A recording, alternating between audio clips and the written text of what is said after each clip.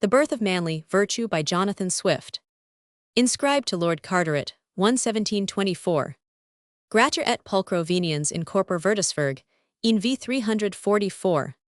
Once on a time, a righteous sage grieved with the vices of the age applied to Jove with fervent prayer, O Jove, if virtue be so fair as it was deemed in former days by Plato, and by Socrates, whose beauty's mortal eyes escape only for want of outward shape, make then its real excellence, for once the theme of human sense, so shall the eye by form confine direct, and fix the wandering mind, and long-deluded mortals see, with rapture what they used to flee. Jove grants the prayer, gives virtue birth, and bids him bless, and mend the earth.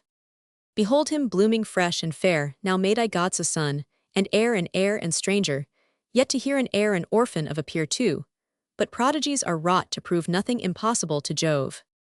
Virtue was for this sex designed in mild reproof to womankind in manly form, to let them see the loveliness of modesty, the thousand decencies that shone with lessened luster in their own, which few had learned enough to prize, and some thought modish to despise. To make his merit more discerned, he goes to school, readsus, learned, raised high above his birth by knowledge. He shines distinguished in a college, resolved nor honor nor estate himself alone should make him great.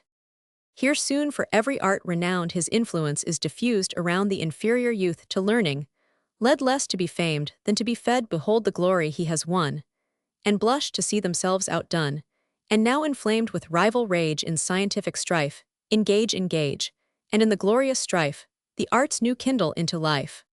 Here would our hero ever dwell fixed in a lonely learned cell, contented to be truly great in virtues. Best beloved retreat contented Hebut fate ordains, he now shall shine in nobler scenes, raised high like some celestial fire, to shine the more still rising higher, completely formed in every part to win the soul and glad the heart. The powerful voice, the graceful mien, lovely alike or heard, or seen the outward form, and inward vie his soul bright beaming from his eye, ennobling every act and air with just and generous and sincere.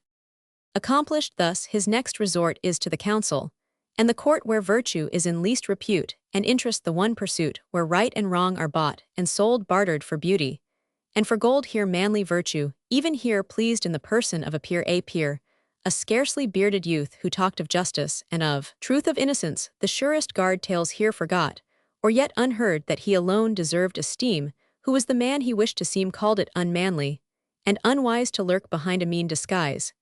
Give fraudful vice the mask, and screen tease virtue's interest to be seen, called want of shame a want of sense, and found in blushes eloquence. Thus acting what he taught so well, he drew dumb merit from her cell, led with amazing art along the bashful dame, and loosed her tongue, and while he made her value known, yet more displayed, and raised his own. Thus young, thus proof to all temptations, he rises to the highest stations, for where high honor is the prize, true virtue has a right to rise. Let courtly slaves, low bend the knee to wealth and vice, in high degree, exalted worth, disdains to owe its grandeur to its greatest foe. Now raised on high, see virtue shows the godlike ends for which he rose for him. Let proud ambition know the height of glory here below, grandeur by goodness made complete. To bless is truly to be great.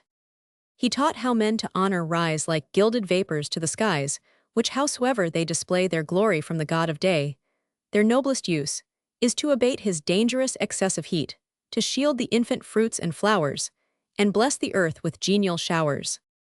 Now change the scene, a nobler care demands him in a higher sphere. Distress of nations calls him hence, permitted so by providence, for models made to mend our kind to no one clime should be confined, and manly virtue like the sun his course of glorious toils should run alike, diffusing in his flight congenial joy and life and light.